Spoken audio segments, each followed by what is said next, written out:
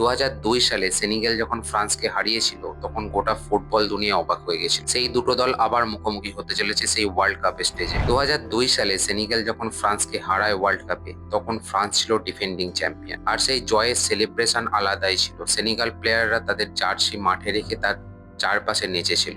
এই সেলিব্রেশনটা এখনো অব্দি ওয়ার্ল্ড কাপের সেরা সেলিব্রেশনের মধ্যে গোনা হয়। কিন্তু এইবারের ওয়ার্ল্ড কাপটা অন্যরকম। ফ্রান্সের টিম এত ভালো অ্যাটাকিং টিম এই ওয়ার্ল্ড কাপে কিন্তু খুব কমই আছে। মাইকেল ওলিসে, একিটিকে, এমবাপে এইরকম ফ্রন্টলাইন কিন্তু এই ওয়ার্ল্ড কাপে কোনো টিমের নেই। কিন্তু সেনেগাল ঠিক তার উল্টো টিম।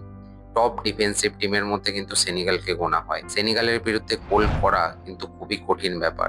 আর সেনেগাল যদি একটা গোল করে দেয় ভুল করেও, সেই গোল কিন্তু তারা বাঁচাতে জানে তার ডিফেন্সিভ স্টাইলে, তাদের স্ট্রাকচার মেনটেনে। এই ম্যাচটা হবে একটা ফুল অ্যাটাকিং টিম ভার্সেস একটা ফুল ডিফেন্সিভ টিম।